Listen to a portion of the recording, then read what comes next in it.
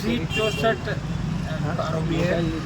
इसका मैंने पहले भी प्रयास किया, दिल्ली की टीम मैंने भिजवाई थी कि पुलिया की ड्राइंग के साथ छेड़खानी की गई। जब पुलिया स्वीकृत हुआ था, पुलिया जब बनना था, उस समय इसको और अच्छी तरीके से करके बनवा सकते थे, लेकिन चूंकि लंबे समय से बीकानेर वाला हमारा जो C61 और C64 ये लंबे समय से बंद थे और C64 को जल्दी चालू कराना था। सब जनता परेशान थी, तो सामने जो दुकान थी उसको हटवा के इसको चालू कराया। उससे पहले ये सारा स्ट्रक्चर बन चुका था और हमने काम को उस जो कंपनी वाला भाग गया था उसको लाके काम चालू कराया।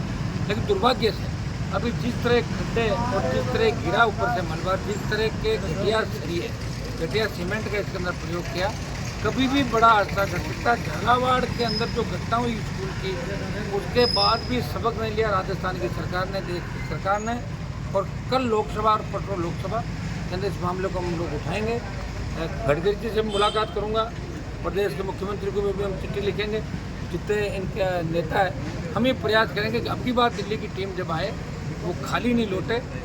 इसको 4 लेन बना के इसका विकास किया जा सकता है, या इसी को वापस हम चेंज कराएंगे। अगर इस पुल को तोड़ने की आवश्यकता पड़ी तो इस पुल को आधी जगह से तोड़ के वापस इसका निर्माण कराया जाए, ताकि किसी जनहानि आने वाले समय के अंदर नहीं हो। जन हानि का अंदेशा हमेशा बना रह रहा। नीचे की जगह हमने सारा देखा, जिस तरह कचरा पड़ा है, जिस तरह का निर्माण हुआ, जिस तरह सर्विस रोड की थी, लाइटिंग थी, वो कंपनी भाग गई और उसको ब्लैक लिस्ट करने के लिए हमने निर्देश दे दिए। उसको ब्लैक लिस्ट तो कर रहे हैं, लेकिन जनता का तो कोई फायदा नहीं हुआ, जनता तो वैसे ही परेशान है। तो इसके अंदर व्यक्तिगत रूप से पहले भी मंत्री जी से मिला था, उन्होंने दिल्ली की टीम भी भेजी। लेकिन आप जानते हो PWD महकमा है, CPWD, PWD, NH, इनके अंदर आप देखोगे कि इंजीनियर को बचाता है, इंजीनियर के खिलाफ रिपोर्ट नहीं देता। खूब जांचें मैंने कराई कई सड़कों की। अब आपकी गोगलाव का 6.2 है, उसमें जब 20 करोड़ में जो काम हो सकता था उसका 5 करोड़ से ज़्यादा पैसा फोरफिट किया, ब्लैक लिस्ट किया उस कंपनी को, और अब नया बना रहे हैं हम सारा, तो 30 करोड़ रुपए सरकार के खर्च होंगे। वो एक्स्ट्रा 30 करोड़ रुपया किसका लगेगा? देश की सरकार का, वो जनता का टैक्स है। लेकिन कम से कम नया पैसा लग के नई चीज़ बन जाए, ये मैसेज जाएगा पूरे देश में कि नागौर के अंदर जिस तरह ठेकेदारों ने बदमाशी करी, उनकी राशि फोरफिट करके ब्लैक लिस्ट करके उनके खिलाफ FIR दर्ज हो रही है। और पुलिया के अंदर डिज़ाइन के साथ छेड़खानी करना और गलत डिज़ाइन बनाना, और उसके बाद लंबे समय तक लोगों को परेशान करना, आवागमन बाधित करना। और लोग यही बात कहते हैं कि कुछ नहीं होने वाला। यहाँ के नेताओं को पता नहीं क्या क्या लोग अपने मन से बद्दुआ दे रहे हैं, यहाँ के अधिकारियों को दे रहे हैं। लेकिन दुर्भाग्य इस बात का है कि जो सत्ता पक्ष के अंदर लोग बैठे हैं, वो अपनी गाड़ी पुल के ऊपर से भी निकालते हैं, नीचे से भी निकालते हैं और मेरे ऊपर डाल देते हैं। MP जो हनुमान जी है, और जब मैं प्रयास करता हूँ तो अवरोध पैदा बन के वो सामने खड़े हो जाते हैं। ये मैंने ज़्यादातर नेताओं को देखा कि उन्होंने विकास पहले कराया नहीं, और अब नागौर को हम चाहते हैं कि हमारा नया नागौर बने, स्मार्ट सिटी नागौर बने। रिंग रोड भी बन रही है, चारों तरफ जाल बिछ रहा है सड़कों का, लेकिन अच्छी क्वालिटी की सड़क बने, अच्छे पुल बने और अच्छी व्यवस्था हो, आम जन को परेशानी नहीं हो। हम ये प्रयास करेंगे इस पुल के अंदर। कल या परसों के अंदर लोकसभा के अंदर मामला भी उठाऊंगा और गडकरी से मिलकर वापस एक दिल्ली की हम टीम भेजाएंगे। जो ये मोड़ इसके अंदर दिया गया गलत तरीके से, इस मोड़ को निकाल के किस तरह हम सीधा कर सकते हैं। अगर आवश्यकता तोड़ के बनाने की पड़ी या 4 लेन की आवश्यकता है, तो हम सारी चीज़ें देख के लोगों को के भी दिक्कत नहीं हो कि लोगों की ज़मीन आवाज़ करनी पड़े, ऐसा लोग भी परेशान नहीं हो। कोई ना कोई हम इसका रास्ता, परमानेंट रास्ता इसका आगामी दिनों में निकल जाएगा। अब की बार आपको नागौर में ये दोबारा इस तरह वापस बार मैं धन्यवाद दूँगा मीडिया के लोगों को। आप ये बात छापते हो, इलेक्ट्रॉनिक मीडिया, प्रिंट मीडिया, तब जाके नेताओं अखबार पढ़ते हैं, लोग पढ़ाते, कहीं तो पढ़ते भी नहीं। हिसाब से कोई खड्डा हो गया, ये खड्डा जब आपने दिखाया कि नीचे भी टीम आई, लेकिन टीम आने के बाद कार्रवाई अभी तक नहीं, ये दुर्भाग्यपूर्ण। एक्शन 7 में कलेक्टर को भी कहा शायद छुट्टी की वजह से कोई अधिकारी नहीं होंगे यहाँ पे। आज ही हमने निर्देश दे दिए कि जो भी खड्डे इसके अंदर आ रहे हैं, मंगलवार शाम तक तमाम खड्डों को भर के और ये हमारे को रिपोर्ट करेंगे, और ऊपर का जो एरिया उसको एक और अपन उसका सेफ्टी टेप लगा के उसको बंद कर देंगे, ताकि कोई इस तरह की घटना नहीं हो। और तीसरा है साफ़ सफाई, लाइटिंग। और दूसरी बात की है 3 दिन के अंदर नगर पालिका की ये भी बात करेंगे, हम भी बात करें 3-4 दिन के अंदर कंप्लीट सफाई होकर लोगों को राहत मिले।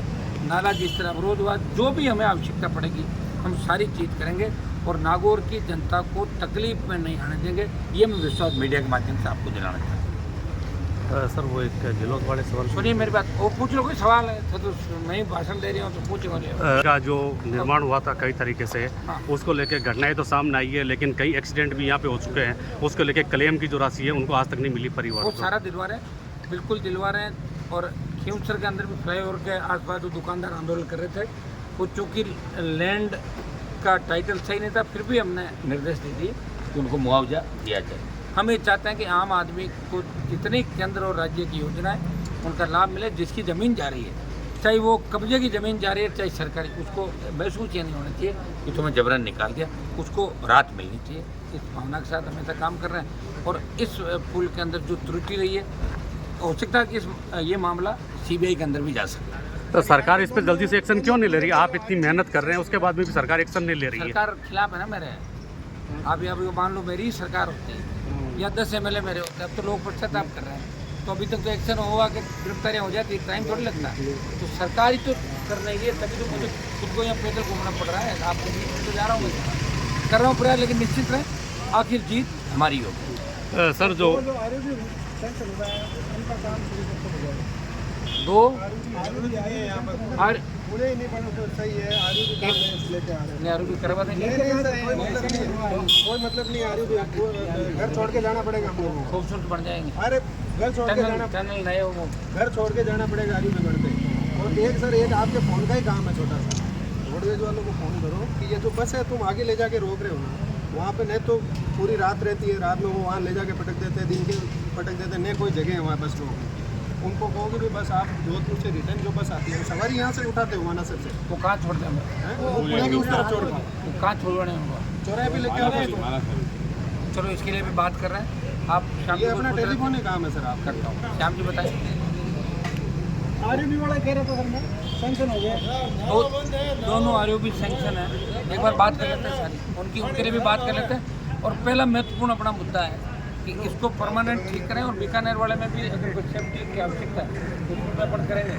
और दोबारा इस तरह जनता का पैसा गलत डिजाइन के माध्यम से, हम ही चाहते हैं कि इसको एक रैंडम उसके अंदर लेके, और मंत्री जी कुछ भी चाहते हैं कि एक मामला CBI को भेज दिया जाए, ताकि इसके अंदर कौन कौन दोषी थे, कौन से अधिकारी थे, कौन से बेदखल थे, कौन से जनप्रतिनिधि थे, किन की ज़मीनें बचाई जा रही थी, किनको फायदा पहुँचाया जाता। मेरी तरफ से प्रयास रहेगा जिसमें आपराधिक मुकदमा दर्ज होकर लोक सलाखों को पीछे जाए, जनता और पैसा उनसे वसूला जाए जिनकी वजह से ये गलतियाँ हुई और जनता परेशान हो।